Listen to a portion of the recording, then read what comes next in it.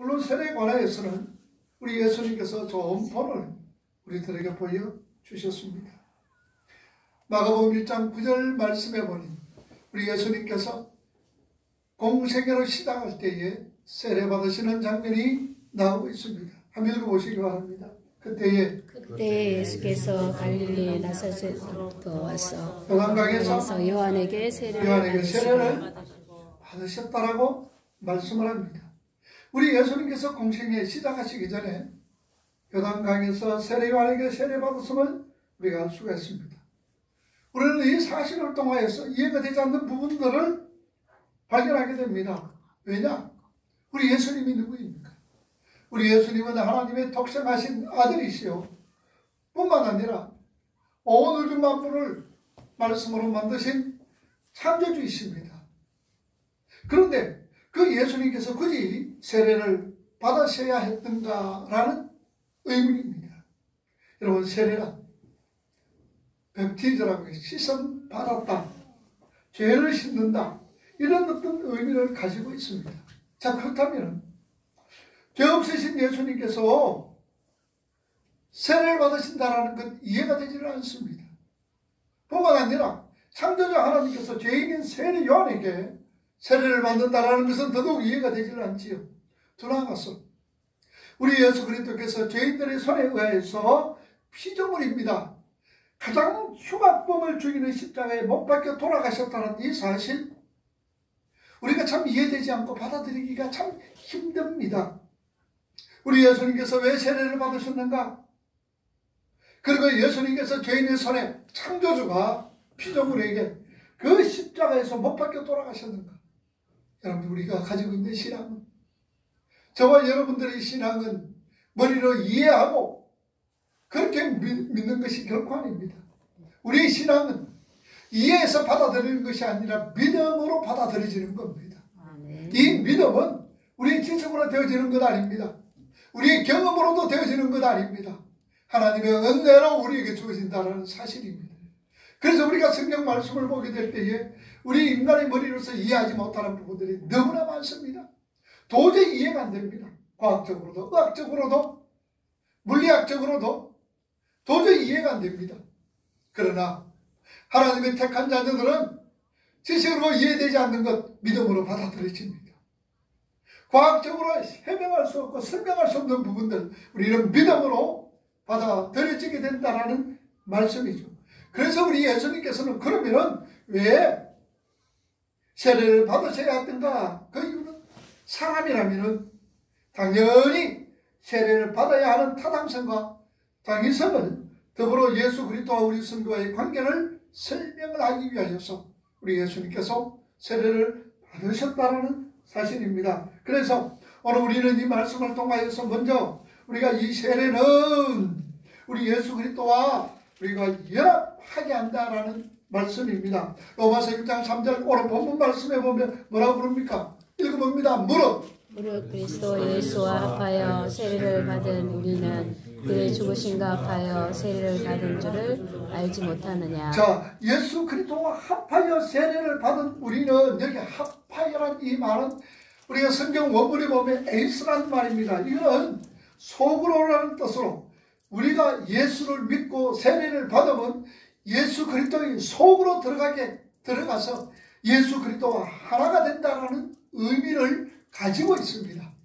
그러므로 우리 믿음의 성도들은 세례를 받은 다음에 예수 그리스도와 하나 된 자로서 그에게 합당한 삶을 살아야 된다는 얘기죠. 예수 그리스도와 하나 되는 것, 예수 그리스도와 연합된 삶. 그러니 내가 사는 것이 아니요 내 속에 그리스도께서 사신다 라는 사도 바울의 고백을 우리는 들을 수가 있습니다. 자, 그렇다면 주님께서 우리에게 요구하시는 합당한 삶이 무엇이냐라는 얘기죠. 그것은 바로 나의 뜻, 나의 생각을 버리고 주님의 뜻에 맞춰서 살아가는 것을 말씀을 하고 있습니다. 이걸 갖다 우리는 뭘로 그러느냐? 주님은 자기 부인이라고 그렇게 말씀을 하고 있습니다. 뿐만 아니라 우리 예수를 모르고 세례받기 전에는 일생활의 습성, 세상을 따라 살아가는 모든 것들을 버리고 오직 주님이 원하시고 기뻐하시는 것이 무엇인가를 깨닫고 그것을 위하여서 살아가는 그 생활이 우리 믿음의 성도들이 살아가야 될 주님께서 원하시는 합당한 삶입니다. 다시 말하면 우리가 세례를 받음으로 통하여서 우리는 하나님의 백성으로 등록이 되어지는 거지요. 물론 오늘 저와 여러분들의 구원은 창세전에 이미 우리를 하나님께서 예정해 두셨습니다. 이것은 우리가 창세전 언약이라고 그러지요. 그러나 우리가 세례를 통하여서 다시 한번 내가 하나님의 백성인 것을 공인하게 되어지고, 내가 다시 하나님의 백성, 천국의 백성인 것을 아닌들에게 알려지게 되어진다는 것입니다. 그래서 우리는 거기에 합당한 세례를 통하여서 예수 그리스도와 연합이 되고, 예수 그리스도와 속으로 들어가 우리가 예수님과 하나가 되었을 때에 합당한 삶, 믿음의 삶, 하나님이 원하시고 기뻐하시는 삶을 살아야 되는데, 그 삶이 무엇이냐?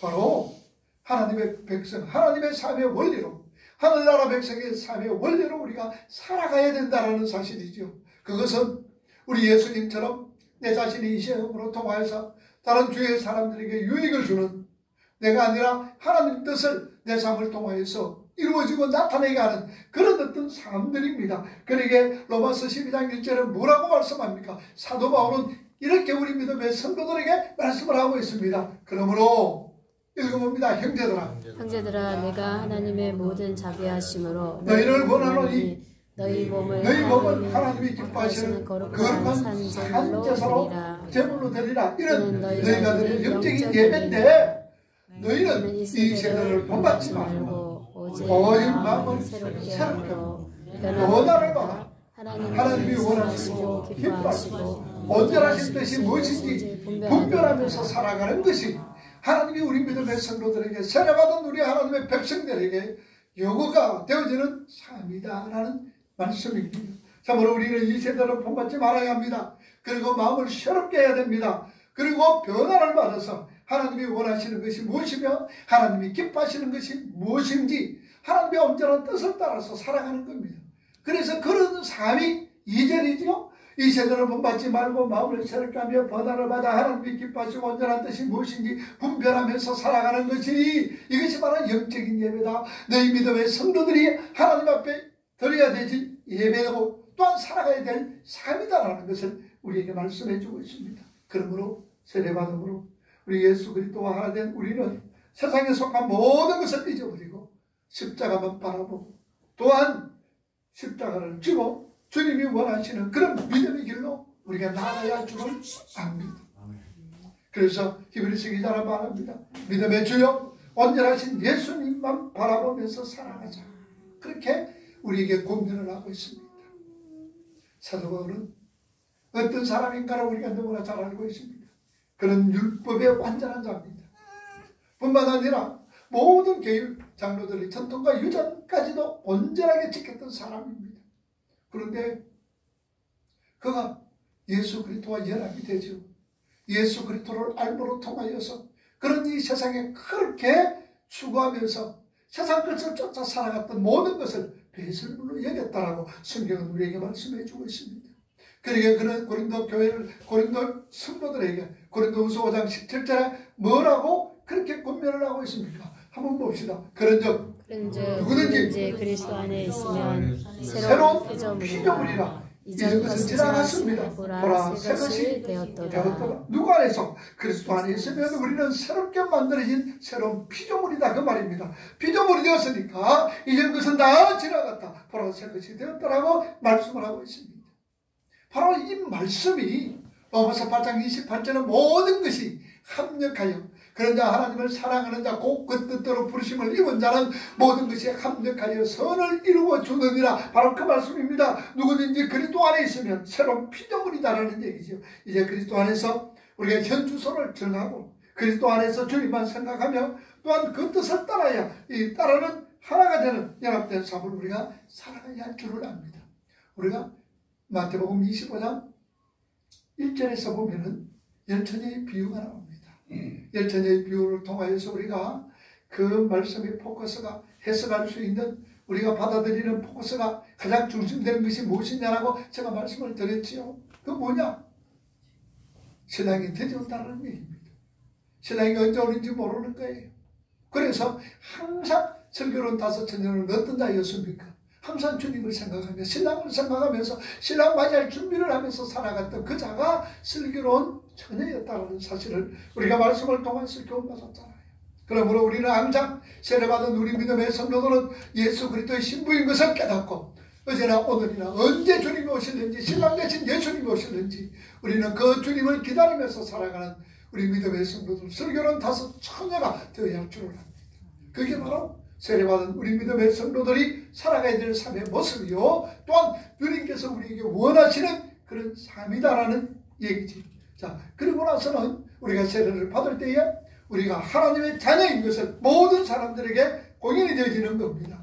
세상이 불신이 심할수록 우리 믿음의 성도들 바른 서신을 하려고 하면은 공적 인정을 받는 것이 대단히 중요합니다. 그래서 우리 교회 공인중개사라든지 공인회계사라든지 또 관인 학원이라든지 공정이라든지 이 모든 것 공적으로 인정받는 것이 중요하듯이 우리 예수님께서도 세례를 받으실 때에 하늘문이 활짝 열렸습니다. 그리고 성령이 비둘기같이 임하면서 말씀을 합니다. 너는 내 사랑하는 아들이다 라고 얘기하지요. 마가복음 1장 11절 말씀을 한번 읽어보세요. 하늘로부터 소리가 나기를 너는 내 사랑하는 아들이라 내가 너를 기뻐하노라 하시니라. 예수님께서 세례를 받으시고 일어나니까 하늘에서 소리가 납니다. 비둘기같이 성령께서 임하시고 그리고 하늘에서 너는 내가 기뻐하는 아들이다. 내가 너를 기뻐하노라. 내가 기뻐하노라라고 하나님은 말씀을 합니다. 바로 이것이 공적 선언입니다. 예수가 누구냐? 하나님의 아들이시고 하나님께서 기뻐하시는 자라는 공적 선언이었습니다. 물론 이런 선언이 없다 해도 우리 예수님은 하나님의 아들임이 틀림이 없습니다만 이 공적 선언이 있음으로 통하여서 더욱 확실해졌으며 예수님께 세례를 준 세례요한도 이것을 통하여서 예수님께서 하나님의 아들 되시고 창조자이심을 알았다라는 사실입니다. 이와 같이 우리도 세례를 받음으로 통하여서 하나님의 자녀로 공적 선언이 되어지는 겁니다. 물론 우리 예수님께서 들려주신 이런 내 사랑하는 아들입니다. 내 사랑하는 자녀다. 내 기뻐하는 자란 이런 하나님 음성이 직접 들리지는 않습니다만 그러나 하나님의 말씀이 성경을 통하여서 하나님의 자녀됨을 분명하게 우리에게 말씀을 하고 있습니다. 그리고 세례를 통해서 교회의 정식 교인이 되어지는 겁니다. 교인의 권리를 또한 행할 수가 있습니다. 모든 투표에 참여할 수가 있지요. 성찬식에도 세례받음으로 통하여서 우리가 참여할 수가 있습니다. 그리고 결혼식 날에도 우리가 목사님의 어떤 축복 속에서 우리가 결혼식을 올릴 수도 있고요. 이런 어떤 권한들 뿐만 아니라 우리 담임 목사님이라든지 아니면은 그 장로님, 권사님 여러분들 직분을 세울 때에 투표하는 그런 어떤 권리도 없잖아 있습니다. 자, 그래서 이런 권리만 있을 뿐만 아니라 교인에게 행할 수 있는 또한 의무도 있다는 것을 우리가 아셔야 됩니다. 대한민국 국민이라면 권리가 있는가 하면은 의무도 있는 것처럼 국민의 의무를 제대로 이행하지 못하는 사람들은 이 권리를 박탈하게 되어지는 거죠. 교회에서도 마찬가지입니다. 교인으로서 의무를 행하는 것 대단히 중요하게 생각하셔야 되죠. 그래서 교인들의 의무가 무엇이나 성도들이 꼭 해야 될 일들 우리가 주일 예배 우리 믿음의 성도라면 이 주일날은 어떤 날이냐? 주님의 날이잖아요. 그래서 이 날은 분명히 여러분들 꼭 우리 믿음의 성도들이 나와서 예배합니다. 봉사합니다. 헌신합니다. 충성하지요. 전도하고 선교합니다. 뿐만 아니라 우리가 하나님 앞에 드리지는 예물도 우리가 철저하게 하나님 앞에 구별해서 드려지는 겁니다. 이 모든 것은 우리 신앙 생활이라고 얘기를 하고 있죠. 이것은 우리가 해도 되고 안 해도 되는 것이 아니라 반드시 해야 될 일이다라는 사실입니다. 특별히 우리 세례 받으신 분들이라면 더더욱 이 일을 행하는데 우리가 주저하지 말아야 됩니다. 그리고 이것은 먼저 우리들이 본을 보이면서 하셔야 된다는 사실이죠. 뿐만 아니라 세례가 주는 의미는 부활입니다. 오늘 로마서 6장 5절 말씀에 뭐라고 말씀합니까? 만일 우리가 그의 죽으심과 같은 모양으로 연합한 자가 되었으면 또한 그의 부활과 같은 모양으로 연합한 자가 되리라. 만일 우리가 그의 죽으심과 같은 모양으로 연합한 자가 되었으면 예수님께서 십자가에서 못 박혀 돌아가실 때 우리를 품고 돌아가셨습니다. 우리 모두를 품고 예수님은 십자가에 돌아가셨습니다. 그리고 예수님께서는 3일 만에 다시 한번 부활하실 때에 품고 있는 우리들과 함께 부활하셨다라는 사실이지요. 그래서 우리는 예수 그리스도 십자가 죽으심으로 통하여서 우리 옛사람이 죽고 예수 그리스도께서 부활하심으로 통하여서 우리가 새 사람이 살아나게 되어진다는 사실입니다. 그래서 8절의 사도 바울은 뭐라고 이 말씀을 하고 있습니까? 읽어보세요.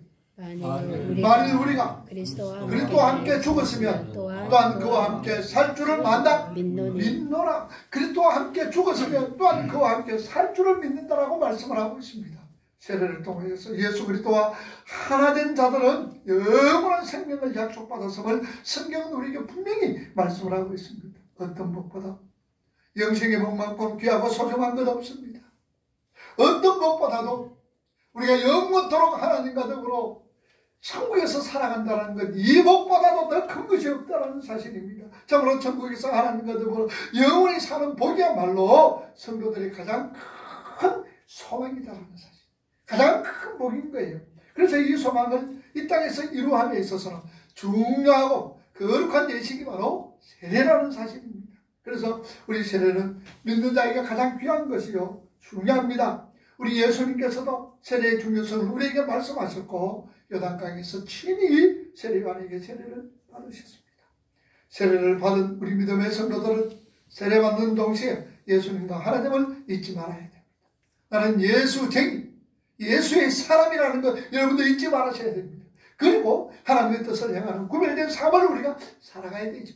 아울러 세례는 모든 사람들에게 하나님의 내가 자녀가 되었다라는 것을, 내가 우리 밝은빛 교회 성도가 되었다라는 것을 알리는 것입니다. 그래서 하나님 자녀도 교회에서는 공동체 일원으로 공적 인정하는 예식이 바로 세례라는 사실이죠. 그리고 세례를 통하여서 우리 믿음의 성도들이 이 땅에서 영원한 소망의 천국의 삶을 약속받습니다. 이게 이제 세례받으신 분이나 혹은 세례받기 위하여 준비하시는 분 모두가 세례가 주는 그 의미, 이 의미를 깊이 깨닫고 전국 소망 가운데서 우리 밝은빛 교회 공동체 일원이 된 것을 긍지와 자부심을 가지면서 믿음으로 나아가야 할 줄을 압니다. 여러분, 우리가 흔히들 우리 교회를 소개할 때에 우리는 조그마한 교회, 개척교회입니다라고 우리가 소개를 합니다. 여러분, 이제 그렇게 소개하지 마세요.